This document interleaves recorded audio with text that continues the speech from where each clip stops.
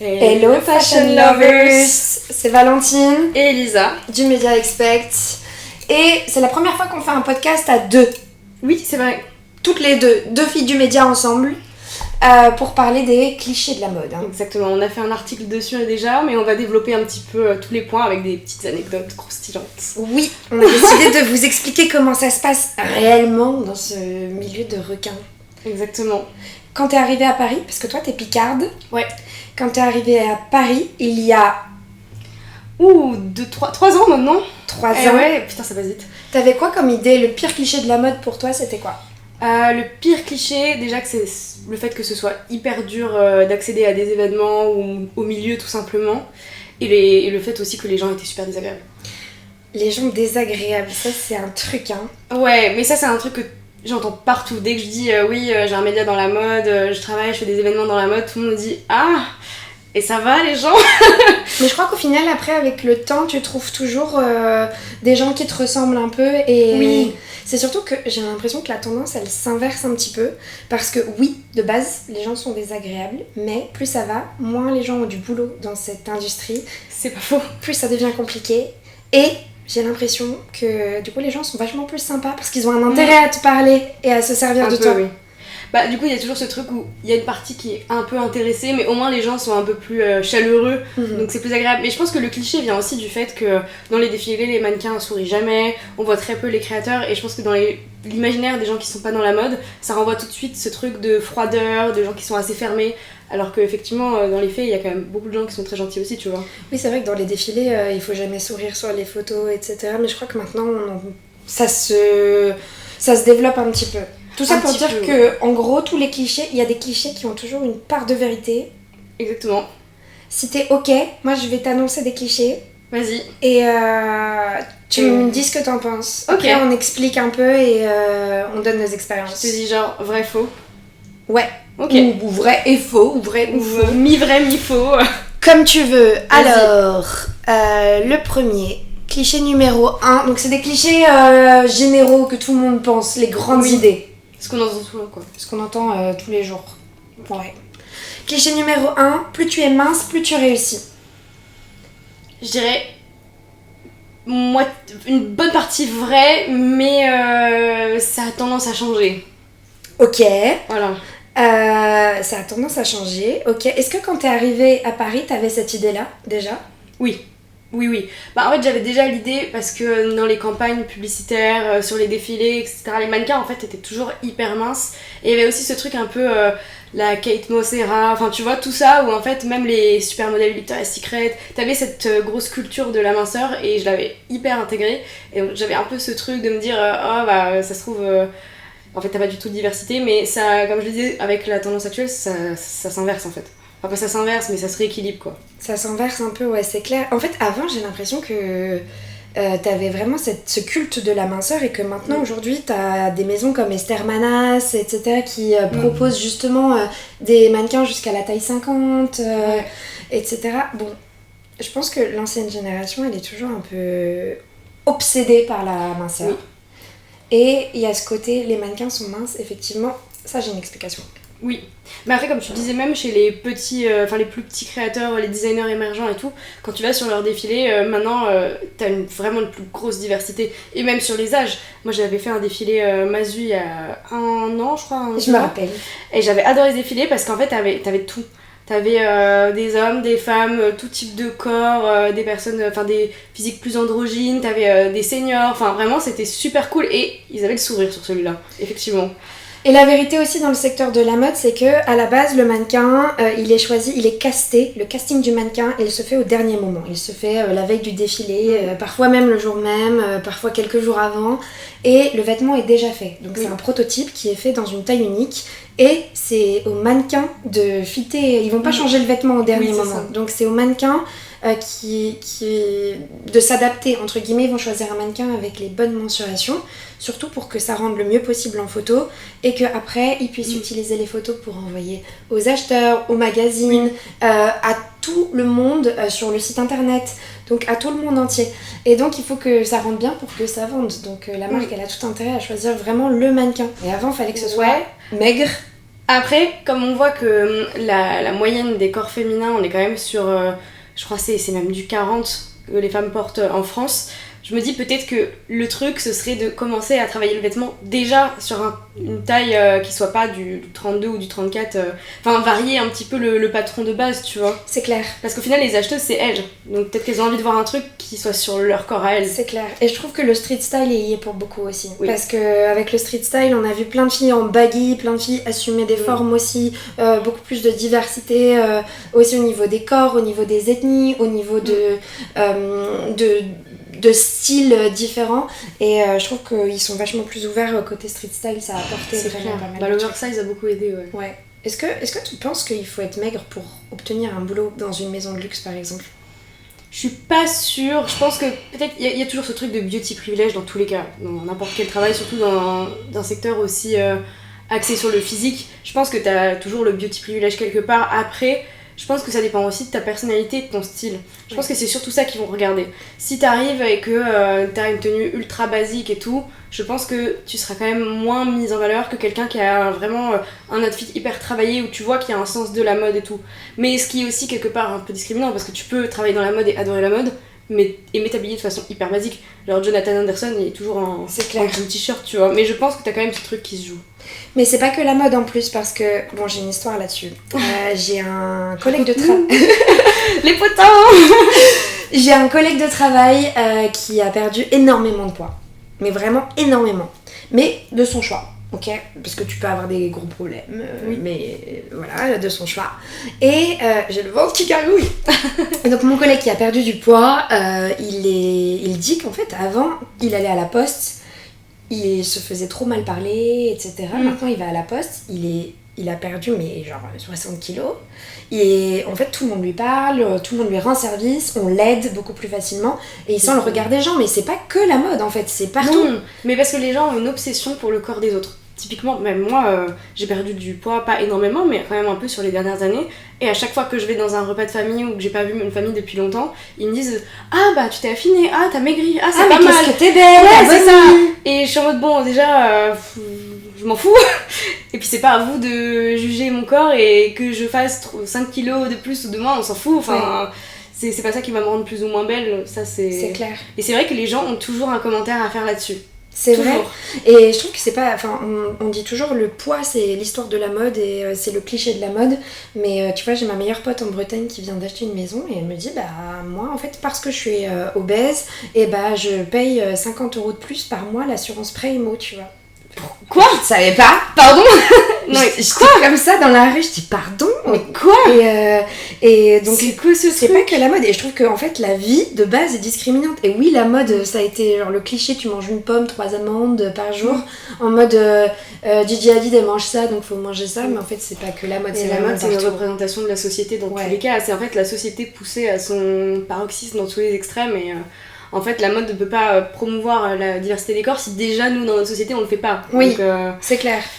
Et puis si on avait un boss qui nous disait faut rentrer dans du 40 ou du 42, bah on aurait envie de grossir aussi, je pense. Bah c'est clair, voilà. C'est ça, complètement. Cliché numéro 2, on ne gagne pas d'argent dans la mode. Ouh, ouh, le sujet qui fâche. On parle d'étal, ça fait toujours problème ça. Alors moi j'ai parlé surtout de ce que je connais ou de ce que j'ai vu. Pour moi c'est quand même... En fait encore une fois, mi-vrai, mi-faux, parce que ça dépend qui. Je pense que si t'es dans un bon poste, assez bien placé, etc., de l'argent tu peux en gagner, et même beaucoup je pense. Mais au début, pour moi c'est vraiment un travail de galère. Quand tu vois partout dans les Fashion Week, dans les stories des gens, cherche un assistant pour tel truc. Et gratuit. Et tu sais que ça va être 3 jours intensifs où le mec ou la meuf ils vont courir partout, ils vont se faire exploiter, enfin ça va être affreux. Et tout ça pour que dalle, mais parce qu'en fait, tout le monde a tellement besoin d'expérience, parce que c'est ça qui t'aide à obtenir justement le meilleur poste après, que t'es prêt à n'importe quoi pour en gagner, si ce n'est vraiment donner ton âme pour ce job qui ne sera même pas rémunéré. C'est clair. Et tu te dis déjà, si te défrayent les frais de déplacement... C'est clair. On est bien, hein, c'est clair. Puis faut pas compter sur les tickets resto ni rien, c'est peanuts. C'est juste, bah, t'es obligé un peu... c'est comme ça que ça marche, c'est du bénévolat pour essayer de, à la fin, s'en sortir, mais je trouve que c'est très dur de commencer comme ça. Surtout que ça, c'est possible si t'es déjà dans une situation financière convenable. Ouais. Parce que tu peux pas, quelqu'un qui a pas ses parents pour l'aider, par exemple, pour des étudiants, tu peux pas passer ta journée à faire des travaux non rémunérés, il faut payer un loyer à la fin de la journée, tu vois. C'est super précaire, mais pas plus qu'ailleurs. En fait, c'est que t'as plus de métiers, c'est un peu en soum-soum, tu vois. C'est-à-dire qu'il y a beaucoup de freelance, donc il y a pas de facture. Parce que toi, quand t'as commencé, t'étais rémunérée direct ? Non, alors moi j'ai commencé quand je suis arrivée à Paris, j'aidais ma tante à faire des chapeaux, c'était la seule personne que je connaissais dans le milieu, donc j'aidais ma tante à faire des chapeaux, j'allais envoyer les chapeaux dans une maison de couture, etc. Et je me rappelle, j'avais chaud, je portais les trucs et tout, après c'était pour ma tante, tu vois, donc c'était ok, mais tu fais des stages et tout, c'est une galère. Et non, moi j'ai jamais fait trop de trucs si, bah là, alors attends, parce que même si ça fait. Attends, j'ai une anecdote, putain, on passe tous par là. C'est que typiquement, ça fait 7 ans que je suis à Paris et que je travaille dans la mode, à peu près. Oui, à peu près 7 ans. 6 ans, 6 ans et demi, un truc comme ça. C'est partie des meubles, hein. Ouais. C'est grave là. Il y a 3 semaines, un mois, on m'appelle, on me dit Aya fait le Stade de France. Oh my god. Je veux un custom look. Ah bah oui. Et je dis oui. Y'a Non, désolé, pas intéressée, c'est tout petit pour moi ça. C'est ça. Moi, mon job en gros c'est de mettre en relation, donc en fait le styliste d'Aya, donc là ils étaient plusieurs sur le projet, le styliste m'appelle et me dit faut un custom, on veut ça. Et donc moi je coordonne avec soit les marques du boulot, soit bah là il n'y avait pas la possibilité, on va dire, de le faire avec les marques du boulot. Donc j'ai appelé des gens de confiance que je connais, qui peuvent le faire, etc. Bien. Pour Aya et une autre invitée d'Aya. Et je fais le truc et tout. Et en fait, moi je gagne. Les stylistes sont payés grossièrement pour ce projet, je le sais. Enfin, je peux pas dire combien parce que c'est possible que des gens tombent sur la vidéo et tout, sont payés grossièrement pour ça, ok. Et donc les designers ont vraiment, pour des customs, c'est normal que les designers bossent des heures, jour et nuit, pendant des semaines pour faire un truc. Et c'est à peine s'ils sont défrayés en fait du frais des matières et un tout petit peu de temps de travail, mais c'est là, une somme dérisoire, ok. Et moi, par rapport à ça, j'ai bossé jour et nuit. Il y avait les coursiers en bas à 3h du mat et tout. Et il fallait toujours être dispo pour les designers, pour faire le lien avec les stylistes, etc. Et en fait, c'est vraiment le pire truc parce que c'est trop cool de participer à cette industrie. Mais à la fin, je suis même pas... Enfin, je dois réclamer genre 50 balles à peine, tu vois, pour avoir bossé jour et nuit pendant 2 semaines, 3 semaines. Mais en fait, pourquoi je l'ai fait ? Parce que d'un côté, je me dis, trop bien, on a l'opportunité d'être visible sur un gros projet, d'avoir participé et que cette expérience-là elle soit mise en avant sur des futurs projets et qu'on me fasse confiance. Donc je le fais. En plus, ça dépanne un ami créateur et ça dépanne des collègues de travail, tu vois. Donc trop bien. Mais d'un autre côté, en fait, c'est pas avec ça que je paye mon toit, tu vois. Ah bah non, avec 50 balles à Paris, c'est compliqué. Et j'ai laissé des plumes dans ce projet, vraiment. J'ai laissé des plumes. Mais toi, t'as déjà bossé gratos ? Bah bien sûr, quand j'ai commencé, alors moi j'ai pas fait le chemin mode vraiment maison, stylisme, RP et tout. Moi je suis passée par la case journaliste, ce qui fait aussi que je suis là aujourd'hui. Mais j'avais commencé sur un média, pareil, en fait c'était... ils ont à peu près 15-17 000 abonnés sur Insta. Et c'était un gros truc il y a quelques années, mais en gros, il y a eu une période de bas où ils ont plus ou moins arrêté, puis ils ont voulu relancer. Mais financièrement, c'était une situation hyper compliquée pour eux. Je crois qu'ils arrivaient déjà pas à se payer en tant que genre rédac chef et tout. Okay. Et en fait, ils faisaient que tourner avec des stagiaires de 2 mois. C'était des stagiaires de 2 mois qui venaient, ils partaient, des stagiaires de 2 mois en boucle, et je sais pas combien ils en avaient, mais honnêtement, je suis même pas sûre que ce soit la limite encadrée par la loi. C'est pas que les petits médias ou même des grosses entreprises. Hein. Ouais. Dis-nous. Non mais en fait toutes les grosses entreprises, moi ça m'a choquée parce que j'ai fait 2 stages dans ma vie, j'en ai fait un chez Chanel et j'en ai fait un chez Madame Figaro. Et en fait ça me choquait qu'il y ait autant de stagiaires qui fassent le boulot des titulaires. Et parce qu'ils les payent, soit ils les payent un petit peu parce que c'est des stagiaires de 6 mois, mais ils font le obligé, job de quelqu'un qui est là à plein temps depuis 10 ans quoi. Bon, mais alors ça c'est pas juste pour les stages de 2 mois ou les petits stages de 6 mois mal payés, c'est tout le monde. C'est les stages de 6 mois, les alternances. En fait on est arrivé à un stade où c'est devenu tellement agréable pour les entreprises d'avoir de la main-d'œuvre fraîcheur qu'à la place de créer des postes ou faire des CDI, ou des vrais jobs quoi, et bah ils prennent des gens en alternance ou en stage et ils les font travailler comme un vrai CDI. Et du coup en fait le truc... Ça c'est la maltraitance des stagiaires, c'est le prochain cliché. Non mais en fait c'est pas tellement de la maltraitance dans le sens où ça peut se passer dans la bienveillance, mais tu fais quand même le taf d'un CDI et t'es pas formé quoi. Ouais, non putain, ouais. Ça laisse... En fait je trouve que la mode c'est... T'as beaucoup d'offres, en fait tu pourrais avoir énormément d'offres d'emploi, etc. Sauf qu'en fait ils limitent à fond pour toujours... En fait, dans d'autres boulots, dans la grande distribution par exemple, jamais t'auras cette fatigue-là. Et la mode en fait il tire sur la corde, c'est ça, mentalement. Déjà parce que t'as des horaires difficiles, tu bosses jour et nuit, parce que tout doit être fait rapidement, parce que tu bosses avec l'étranger aussi, donc parfois t'as des trucs qui viennent des États-Unis, qui viennent d'Asie, et donc faut être hyper réactif et t'as toujours l'impression que c'est dramatique. La mode, il y a un côté dramatique. Tout est urgent, mais ça c'est le luxe aussi, hein, parce que moi je viens aussi du luxe, donc j'ai cette expérience-là, mais tout est tout le temps urgent, même les mails que tu reçois, il y a toujours écrit urgent. Et t'es en mode bon... Et ouais, voilà, on sauve pas des vies non plus quoi. Tu vois, ça c'est clair. Dans le moment, l'urgence, elle se mesure quoi. Ça c'est clair. Mais ouais, dernier point peut-être pour dire, la mode, on gagne pas d'argent. Je pense que dans tous les milieux, en fait, à partir du moment où t'es vraiment passionné et que tu comptes pas tes heures... Milieu artistique surtout. Ouais, mais même s'il n'y a pas de débouché, même si c'est un milieu professionnel où il y a zéro débouché, à partir du moment où t'es passionné, où tu comptes pas tes heures, tu vas devenir le meilleur dans ton domaine et t'auras toujours du travail. Donc peut-être que ça prend du temps, mais pour moi c'est une question d'endurance quoi. Faut y croire et faut y aller. Ouais, c'est ingrat au début, hein. C'est intense. Tu portes les sacs et tout. Alors, cliché numéro 3. Il faut s'habiller en noir. Attends. Il faut s'habiller en... Alors, je reprends. Vas-y. Cliché numéro 3. Il faut s'habiller en noir pour être bien perçu dans la mode. Je dirais faux, pour le coup, sur celui-là. Parce que j'avais aussi beaucoup cette idée au début, ce qui faisait que je m'habillais que en noir pendant un long moment. Mais en fait, pas tant... Enfin, en partie, t'as quand même beaucoup de personnes qui s'habillent en noir, mais généralement, c'est plus les personnes du staff, j'ai l'impression. Mais après, tu peux... Enfin, tu trouves que tu croises beaucoup de personnalités qui mettent le motif, la couleur, les paillettes et tout.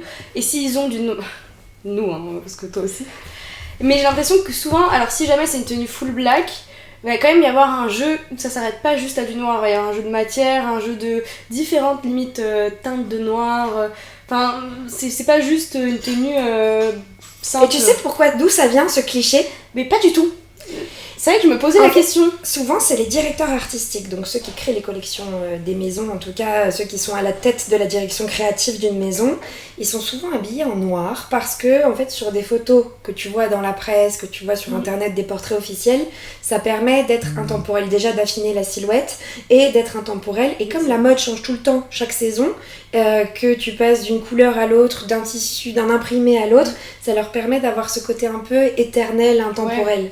Parfois, le noir, ça a été imposé dans certains ateliers comme uniforme pour que tout le monde soit égal. Ouais. Mais c'est surtout que le noir, aujourd'hui, en fait, perso, moi, j'en vois au bout de quelques années là-dedans, bah, le matin, j'ai plus forcément l'inspi, en fait. Je suis au milieu des vêtements, j'ai des dizaines de vêtements autour de moi. En fait, juste, je suis overdosée, tu vois. J'ai juste envie d'être simple et facile et un truc... confort quoi. Ouais, parce qu'en fait si je prends trop de temps le matin à penser à ça, bah du coup la journée je suis plus aussi performante sur le travail, tu vois. Donc je crois qu'on est un peu... Et puis aussi quand t'as pas d'argent dans la mode, t'as pas les moyens forcément de t'acheter les nouvelles collections chaque saison. Et donc tu te dis si t'as un truc un peu bon basique... Oui, ça passe tout le temps quoi. Ouais. Et t'es bien. Non, mais moi j'ai une histoire drôle. Oh. J'ai une histoire drôle là-dessus. Il y a... Spill de tea. Ouais. C'était quand ? C'était il y a il y a 3 ans, 4 ans, 3 ans et demi, un truc comme ça. Ouais. J'arrive en stage chez Chanel. Et Elle pue déjà ton histoire. Et en fait, il y a... donc en gros, moi j'ai un boss à ce moment-là. Et on organise, donc je suis toujours côté un peu presse et tout, médias. C'est ce que je voulais faire. Moi je sortais d'un CDI, donc j'avais déjà de l'expérience pro. Et j'avais dit je fais un stage pour étoffer mon expérience et changer un peu dans la mode de carrière, parce que j'étais bloquée en fait dans mon truc, donc je change. Et donc je suis là et tout, je suis trop motivée, je bosse, je fais honnêtement le boulot de 3 personnes à moi toute seule sur le truc. Est-ce qu'on est surpris ? Non. Il est parti depuis, donc je pense qu'il en a eu marre aussi, le mec. Mais en gros, il me dit, écoute, là, il y a un déjeuner, au bout de quelques mois de stage, il me dit, il y a un déjeuner hyper important avec des journalistes pour présenter un nouveau produit, le nouveau produit. Et il me dit, bah rendez-vous à telle heure, demain, machin, sachant que j'avais déjà bossé sur l'événement avant en amont et tout, j'avais commandé tous les taxis pour aller chercher les VIP, les journalistes, etc., les taxis retour et tout.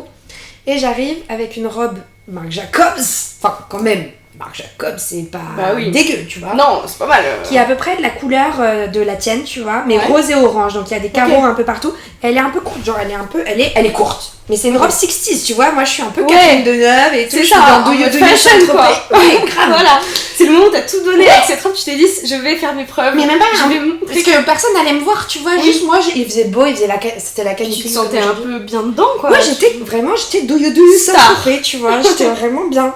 Et j'arrive, et là il me dit... Et il me dit, bah en fait ça va pas être possible. Du coup il me fait faire le tour de toutes les maisons d'art de Chanel en disant, est-ce que quelqu'un a pas une tenue un peu plus adéquate pour ma stagiaire, etc. Et donc je me retrouve dans une combinaison RS, genre moulante, hyper, mais je te jure, moulante, noire, mais un truc de danse à moitié, et ce qui fait que je peux pas la mettre avec un soutif ni avec une culotte, donc en fait on voyait tout, enfin je veux dire vraiment j'étais Kim K quoi, j'étais Kim K dans sa combi skills, dans le truc noir, c'était pire. Et du coup j'ai dû faire le truc, et donc ils m'ont caché un peu toute la journée, de base de toute façon j'avais même pas le droit de dire bonjour quand il y avait un rendez-vous, donc c'était pas pour me montrer, tu vois, et vraiment me prendre comme ça pour aller faire tout le tour c'est la honte de toutes les entreprises Chanel en mode quelqu'un a pas un truc pour dépanner là parce que ça c'est pas possible hein. La honte, vraiment. Ah la honte, et puis en plus t'es catalogué quoi, et ouais, genre, tout le monde à chaque fois qui te reverront c'est assez la même tout ça pour être sobre en noir, mais vraiment je me suis dit mais les gens sont, et le mec m'avait jamais prévenu qu'il fallait être en noir sur l'événement, tu vois, et il m'avait dit mais je t'avais dit et tout, mais j'ai dit mais franchement non, sinon je sais pas ça. Tu vois bien qu'il y a une info qui est pas passée là. Donc voilà, donc fallait jouer la carte de la daltonienne. Ah non mais franchement, donc en vrai le noir, bullshit hein, franchement c'était pire, donc à un moment faut revoir ses concepts, je pense que le plus important c'est d'être à l'aise bien, tant que t'es pas à poil ça va, tu vois, enfin tant que tu restes correct, après c'était très court d'accord, mais bon, voilà. Ouais, non. Cliché de la mode numéro 4, les fêtes sont des orgies remplies d'alcool, de drogue et de sexe. Ça c'est un truc qu'on aime bien dire sur la mode. Ça c'est vrai. On l'entend quand même pas mal, et c'est vrai que même quand j'ai commencé on m'avait fait le warning en mode... Attention, quand tu vas dans un event, et en plus, moi je viens de toi. Moi j'ai dit les filles d'Expect et tout. Attention, non, pas de drogue et même tu ne vous les forcez pas. Parce que moi je venais d'arriver, je me doutais pas, enfin j'avais aucune idée d'à quoi ça ressemblait, tout était là. Attention, on dit non à la cocaïne. Mais vraiment. Je me suis dit si ça se trouve elles vont, je vais les détruire là. Et le pire c'est qu'en plus après genre j'ai fait des events quand même, et genre jamais on m'en a proposé, ou jamais j'ai vu des gens genre frontal devant moi en train d'en prendre, tu vois. En fait je pense que c'est un truc qui doit se faire forcément, tu vois, parce que c'est des milieux, et puis la cocaïne en plus c'est hyper, c'est répandu, pas que dans la mode genre. Non mais partout. La restauration. Franchement mes jobs d'été en restauration j'ai jamais vu passer de trucs autant que là, et c'était pas du tout à Paris en plus. Le cinéma. Donc franchement la mode c'est tout type de milieux, hein, même des milieux qui sont pas artistiques ou pas prenants, en fait c'est juste hyper répandu. Il y a beaucoup de gens qui en prennent, et mais en général c'est jamais frontal, c'est juste ils vont aux toilettes, ils font leur ligne, et puis après tu sens qu'ils reviennent, ils sont un peu comme ça, mais enfin c'est pas non plus, ils sont pas devant toi en mode allez viens je prends de la coke sur tes seins, tu vois. C'est pas ça non plus, dans les films on voit souvent ça, tu vois. Après j'ai un copain, j'ai un très bon copain qui travaille dans une grande maison très connue, mais après le DA il est encore en poste et tout, du coup je peux pas trop.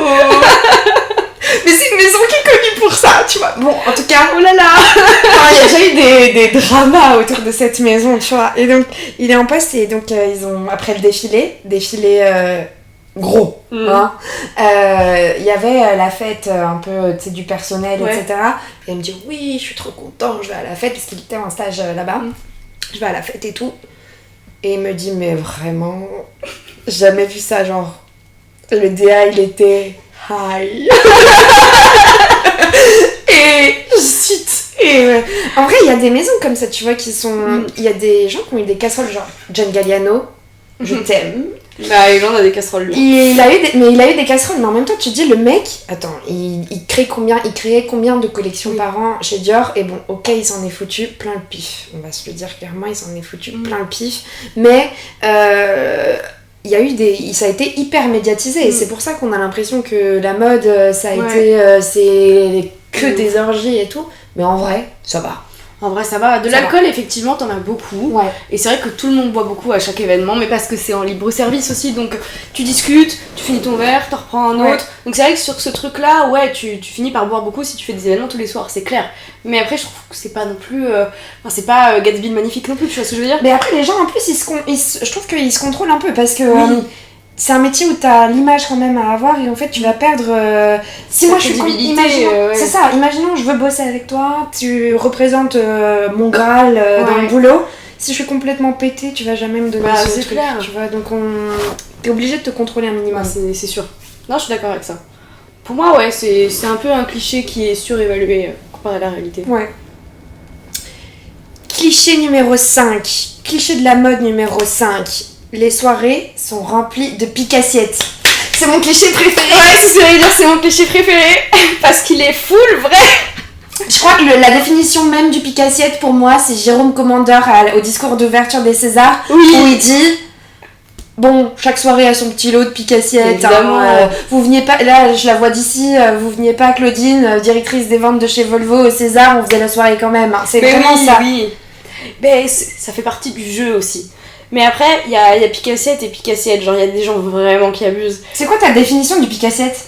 Bah, pour moi, le pique-assiette, c'est vraiment celui qui vient à l'événement, il en a rien à péter de l'événement, il vient juste pour l'alcool, la bouffe, les goodies, il pose même pas de questions, il regarde même pas, il prend même pas le temps de se dire, bon allez, je fais genre, je regarde 2-3 cintres quand même, tu vois, pour faire acte de présence. Non, il s'en fout, il vient, il bouffe, limite il ramène des plus 3, genre... Ça c'est vraiment le truc, c'est vrai ça? C'est vrai. Bien que c'est pas, en fait, ils ont rien à foutre là. C'est des gens dans le milieu, ça veut dire que c'est des gens, ils font pas grand chose. Ils apportent rien. Ils ont délocalisé la soirée à part, quoi. C'est clair. Non, et c'est vrai, c'est des trucs de ouf. C'est clair. J'ai trop ri. Hier soir, j'étais avec mon boss, on est parti à un event, mais pour le coup, on a beaucoup participé donc dans cette économie de cet event-là, et on était un peu obligés d'y aller, tu vois. Mais bon, ça fait toujours plaisir. Oui. Et je lui ai dit, viens, on va boire un petit verre au bar parce que ce soir, c'est nous les pique-assiettes et tout. Et je me suis sentie un peu bien pour une fois que c'est pas nous qui organisons l'événement. J'ai dit, ah là. Mais moi, il y avait un event qui m'avait... Ça m'a choquée, je crois. C'était en 2024, j'avais fait un Power Talk Kérastase. Mais encore une fois, je pense que la beauté, c'est un endroit où vraiment t'as un max de pique-assiettes. Ah ouais plus que la mode. Alors, c'est pas du pique-assiette alimentaire, on va dire. C'est plus que la mode, en termes de gifting, déjà s'ils te donnent un t-shirt, c'est quand même rare, tu vois, mais t'as pas beaucoup de gifting. Alors que la beauté, c'est des petits produits qui coûtent quand même vachement moins cher à produire que des vêtements, donc t'en as vachement plus en libre service, les gens peuvent se servir, et c'est ça le problème en fait. Cet événement Kérastase, c'était au Palais de Tokyo, et le but des Power Talk de base, c'est des réflexions, des conférences autour de sujets un peu sociétaux, donc quand même un truc important, tu vois. Les meufs, elles venaient, on avait passé 1h30 à parler du droit des femmes et tout, enfin, tu vois, c'était quand même... Enfin, il y avait un truc un peu engagé, quoi. Tu dis, c'est une histoire de ouf là-dessus. En gros, moi, mon boulot à côté, c'est d'organiser des events aussi pendant la Fashion Week, et pareil que toi. Ouais. Gros sommet du cachemire mondial, genre le plus gros groupe de cachemire chinois qui fait au Palais de la Bourse une conférence en mandarin, genre truc trop sérieux, etc. Sauf que, vas-y, les journalistes, même s'il y a traduction et tout, ils pouvaient pas tout comprendre, et c'est en pleine Fashion Week. Donc, on n'arrivait pas à avoir les grands de ce monde, forcément. Donc, quand c'est comme ça, nous, on ouvre l'event aussi à un peu plus de gens pour combler, dont la liste des pique-assiettes. Et là, mon pique-assiette arrive. Le pique-assiette. C'est-à-dire, t'es à la bourse et le mec arrive, il est en veste de fourrure, enfin en manteau de fourrure, tu vois, vintage et tout. Et il arrive en mode catch-out dans l'amphithéâtre et il est en slip bonbon, nu devant les mecs du sommet chinois de Cachemire, genre c'est... Et là, mon boss m'a regardé, je me suis dit, mais je vais me faire virer. C'est fini. Je peux pas contrôler le pique-assiette, comment il arrive, tu vois. Et là, le pire, c'est que ces gens-là, ils arrivent, mais comme des princes, quoi. C'est en mode, Et en fait, tout leur est dû dans leur tête. Oui. Ils sont en mode, c'est trop normal. Et le mec, il a pas compris pourquoi je l'ai viré des listes, du coup, et que je l'ai plus réinvité. Ah mais parce que moi, je peux pas risquer mon... Toi, tu me tapes. Attends, déjà, je te rends service, je te laisse être piquette et tout, et toi, tu me le rends comme ça.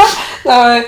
Et ouais, les picacettes, on en a un peu besoin parfois, tu vois. Ouais. Mais parce qu'on sait jamais non plus. Ça se trouve, demain, ils seront quelqu'un n'importe où. Ouais, à voir. Mais là, cet événement Kerastase, du coup, on avait quand même passé 1h30 à parler des femmes, machin, enfin des trucs, à raconter des... Enfin, c'était vraiment intéressant et tout.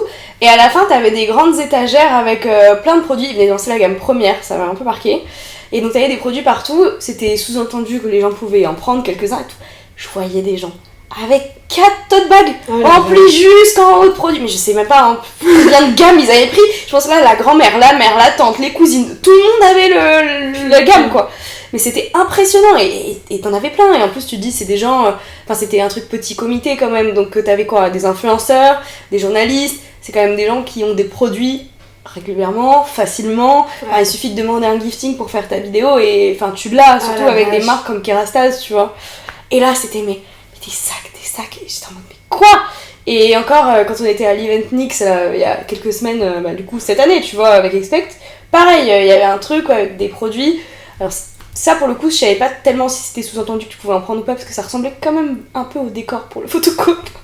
Il y avait un blanc, tu sais, c'était... Non, c'était des vrais produits, parce que tu pouvais quand même les tester. Mais les gens, pareil, venaient des sacs. Les gens sont pauvres, hein. Les gens sont pauvres, les gens... C'est impoli quand même. Ouais, c'est clair.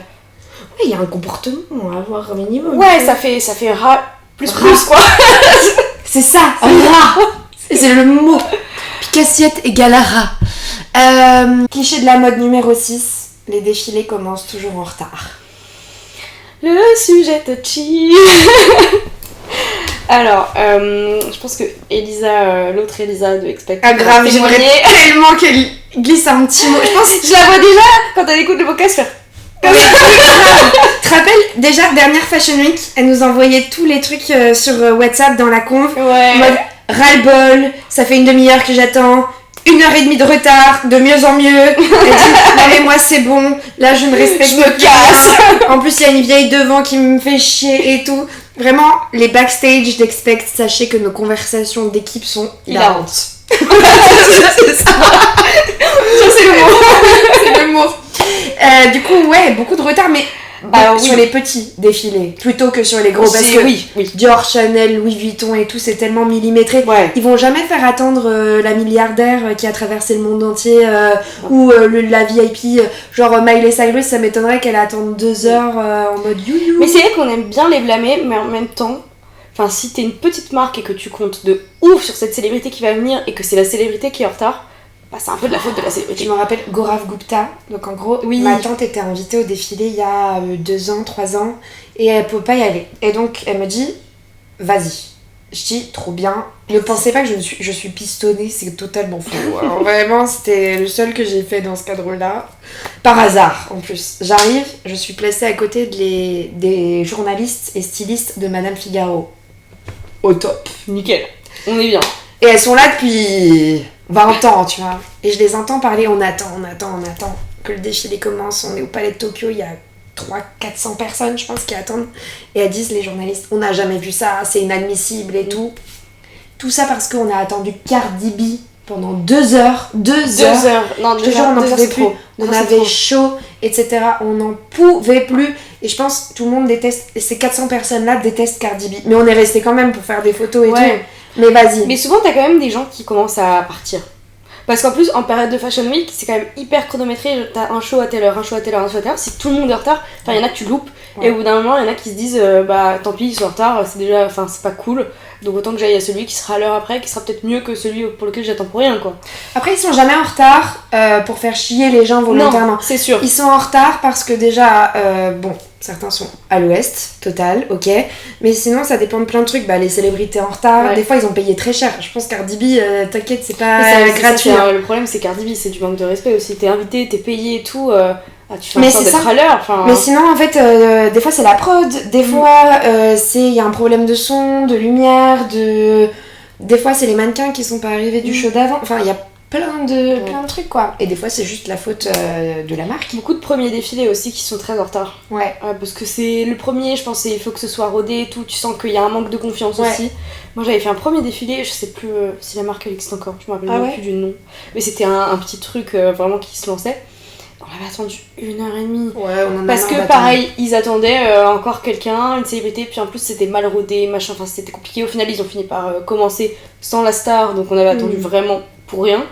Et après, une fois que le show commençait, une catastrophe. Ouais, en fait, c'est ça, quand c'est nul, flemme ça fait trop chier. Genre, t'es là, les mannequins, en fait, je sais pas, ils ont pas été briefés, donc y en a un qui marche à hyper vite, l'autre qui marche à 2 à l'heure, donc du coup, d'un moment, t'as un bouchon de mannequin alors que t'as un énorme écart. C'était en mode. Ouais, tu m'as fait attendre 1h30 pour la kermesse de l'école, ça casse les couilles, quoi. Flemme. Hein. Ouais, après, c'est pour ça, je pense, vaut mieux qu'on nous invite sur des gros shows. Je pense que je passe un petit message. N'hésitez pas. Franchement, on est ok. Ouais, comme ça on n'attend plus. Voilà. Moi ça me va. On sera là. On sera à l'heure. On sera là. Cliché de la mode numéro 7, les assistants sont maltraités. Je pense tellement au diable s'habille en Prada quand tu dis ça. Je pense tellement à moi chez Chanel. Est-ce que finalement t'étais pas un peu dans le diable s'habille en Prada? Ouais, bah complet, hein. C'est vraiment ça.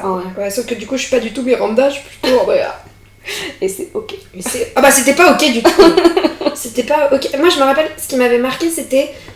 Franchement, je me caillais le lait, tu vois, pour être poli. Hein. Et j'avais même pas un bonjour, un merci, un au revoir. La bienveillance dans les milieux de la mode et du luxe. Genre le boss il se barre, je me rappelle, il se barre un mois à New York en vacances sans son téléphone pro, en mode démerde-toi. Voilà. Je suis stagiaire à l'époque. Et tu es CDI déguisé à l'époque. Je suis CDI déguisé à l'époque.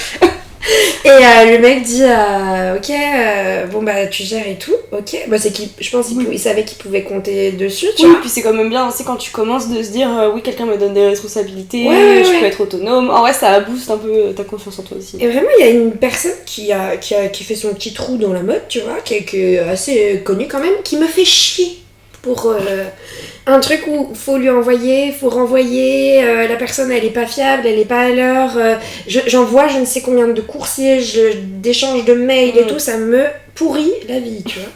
En fait, pour s'excuser, la fille m'envoie... Déjà, elle s'excuse. Un cake du Ritz.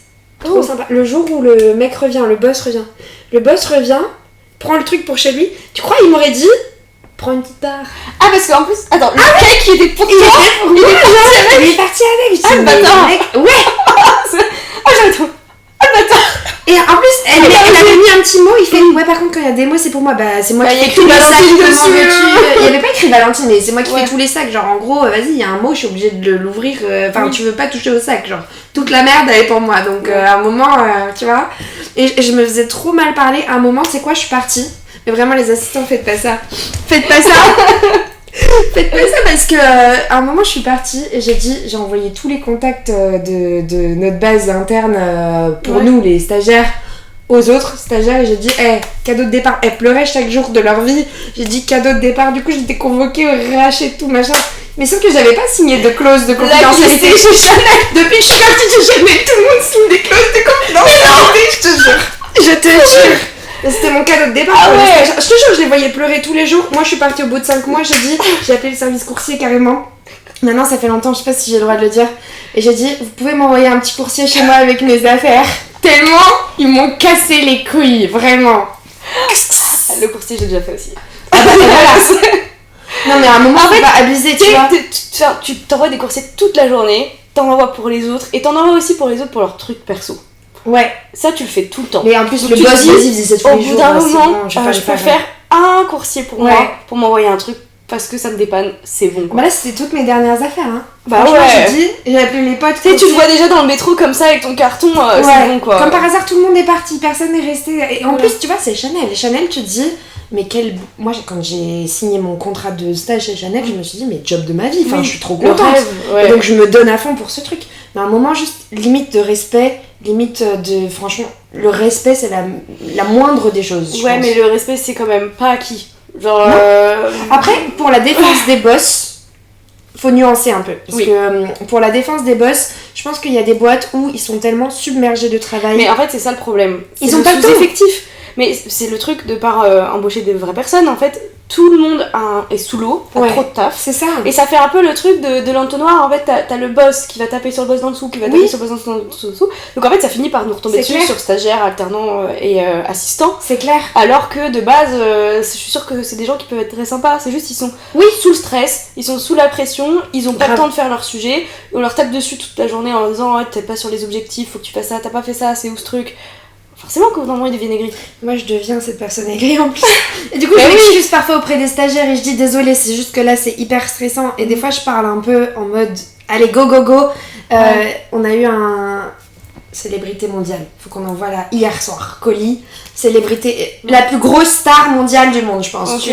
Voilà, du monde. J'ai des idées dans ma tête. Et je te dis au revoir parce que je signe Ouais. un accord et tout. Donc je te dis du coup, je signe l'accord et tout de confidentialité et je dis tout le monde sur le pont, tu lâches ce que t'es en train de faire, toi tu viens avec moi, toi tu viens avec moi, tu me fais la boîte elle est pas faite, la bague elle est passée où, etc. Ça doit partir dans 10 minutes à Los Angeles. Ouais, Valentine le tyran. Et j'étais tyrannique et à la fin je dis mais... Désolée. Désolé. Mais c'est juste, tu peux pas louper des trucs comme ça. Oui. Et quand je les vois un peu mous, parce qu'ils sauvent pas leur vie, tu vois, Oui. c'est des vêtements, hein. Donc Oui. ils en ont rien à foutre parfois. Et puis surtout que la nouvelle génération, elle a un peu de mal avec l'autorité, Oui. avec l'envie de travailler. Il y a un équilibre vie perso, vie pro qui est vachement plus respecté, on va Ouais. dire, dans la nouvelle génération. Et donc, Oui. j'avoue, je suis un peu... J'ai l'impression qu'ils j'étais prennent très aussi beaucoup plus de recul sur le truc. Ouais. Mais pour leur paix personnelle, et je pense que c'est pas plus mal Ouais. quelque part. Mais c'est vrai que t'as un peu ce choc entre. Du coup, ils veulent plus bosser et tu te dis mais en fait nous on était prêts à tout. Je pense pas qu'ils veulent plus bosser. Parce que je fais un peu partie aussi de ces gens. J'ai un peu cette vision de voir le travail aussi. Je pense que c'est juste t'as envie de mieux bosser et d'avoir plus de reconnaissance et genre moins te faire traiter comme un clébard. Parce qu'il y a des travails sur lesquels vraiment le respect c'est. Il est Ouais, mais en mort, fait, tu mort, donnes hein. un jour off, ils Ouais. vont en prendre plein. Tu donnes un arrêt maladie, ils vont en prendre plein. Tu vas Parce que je pense qu'il y a un donner un équilibre qui retard, doit tu vas se rien créer. dire. Ils vont être tous les jours en retard, tu vois. Parce qu'en fait, je pense que t'as une réaction qui se crée à un extrême en créant un autre et qu'au fur et à mesure du temps, il faut qu'il y ait un équilibre qui se fasse entre les deux plutôt qu'il y ait cette friction, tu vois. Moi, je pense que j'ai un petit message pour les managers. En général, pour être bien vu des assistants, c'est que si vous les traitez avec fermeté, ils vont vous respecter. Mais si vous les traitez avec cruauté, vraiment, ils vont se retourner Oui. contre vous. Ça, c'est vrai. Ça, je suis d'accord. Ça, c'est...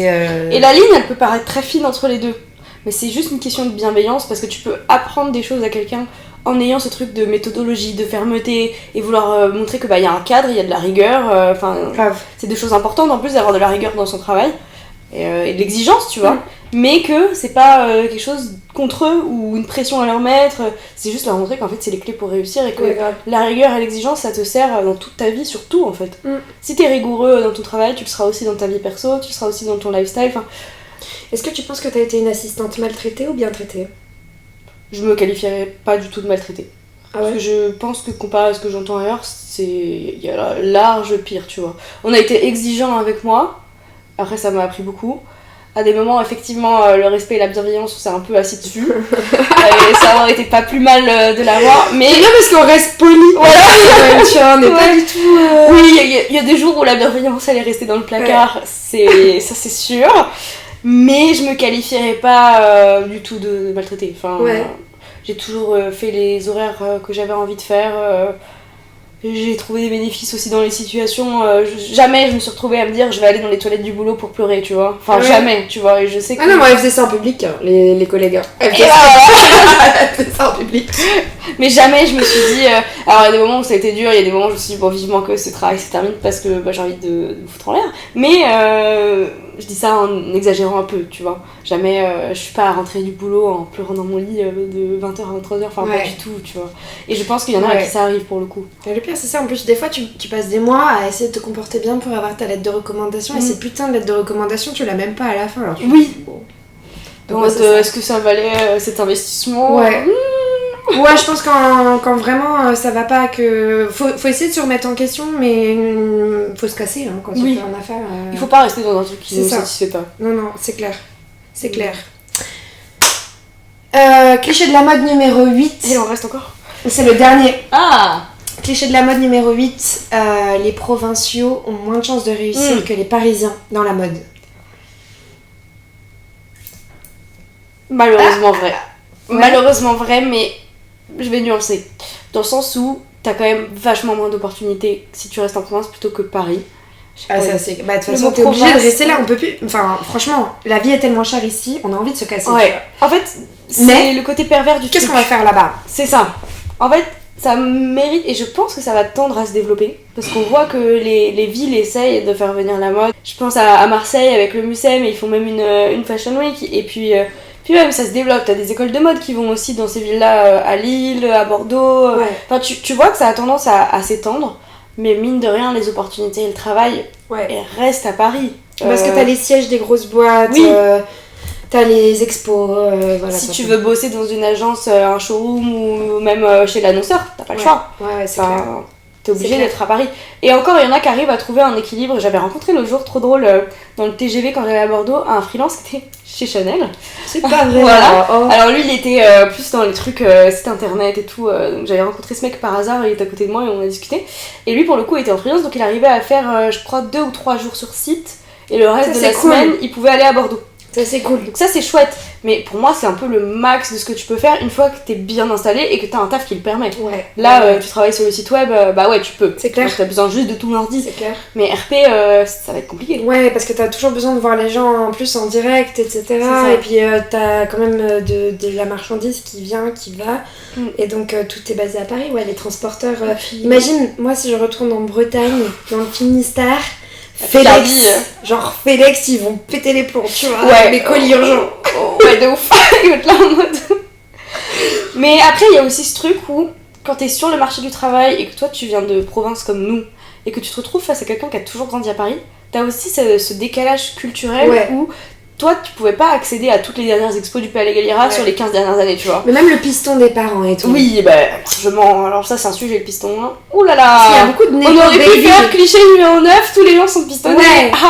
Mais en fait, non, alors les gens sont pas forcément pistonnés, je trouve, parce que quand t'es le petit protégé de papa et maman, t'as pas forcément la niaque d'y arriver et la productivité des gens qui ont la dalle. En fait, ouais, sur le long terme, quand tu commences la vie dans le vrai monde du travail, c'est compliqué. Mais par contre, quand t'étais plus jeune, t'as eu tous les stages. T'as eu le stage chez maman qui travaille chez Louis Vuitton. T'as eu le stage de papa qui travaille chez L'Oréal. Et en fait, du coup, t'as quand même ce starter pack qui te permet d'avoir plus de chances d'obtenir un truc après. Mais c'est pas ça qui réussissent le mieux. C'est ça, tu restes pas et tu réussis pas parce que comme tout est toujours venu tout cru dans ta bouche. C'est clair.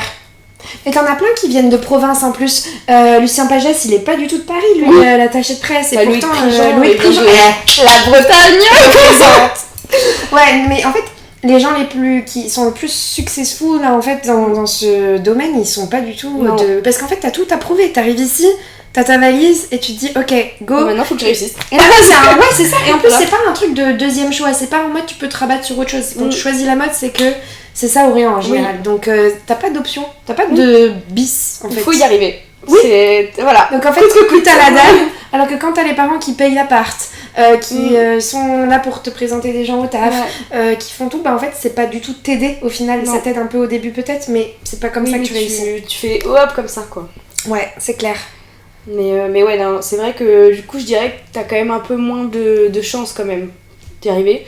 Parce qu'il faut que la mode soit venue à toi et que tu sois vraiment accroché au truc, que tu sois intéressé, que tu aies construit ta culture mode à travers vidéos YouTube et tout.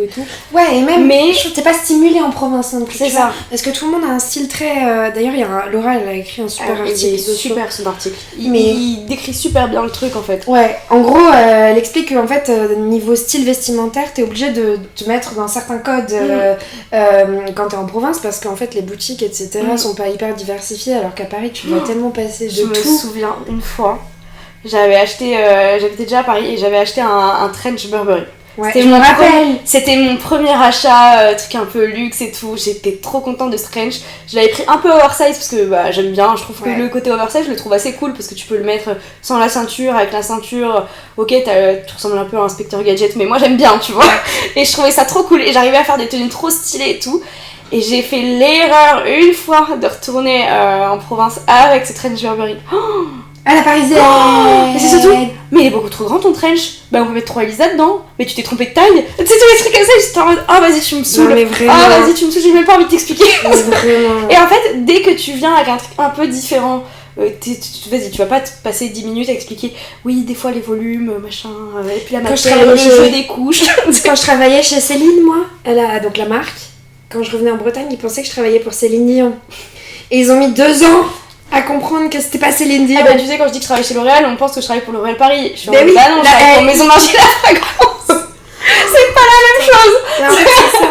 En fait, on est toujours catégorisé et c'est très dur parce que t'as toujours ce côté, t'appartiens à cette culture dans laquelle t'es grandi en province, t'as grandi. Attends, j'arrive pas à parler. T'appartiens à cette culture dans laquelle t'as grandi en province et tu l'aimes profondément, c'est tes valeurs. Mais en même temps, t'as un espèce d'ascenseur ici. Attends, les cours de SES sont beaucoup trop loin.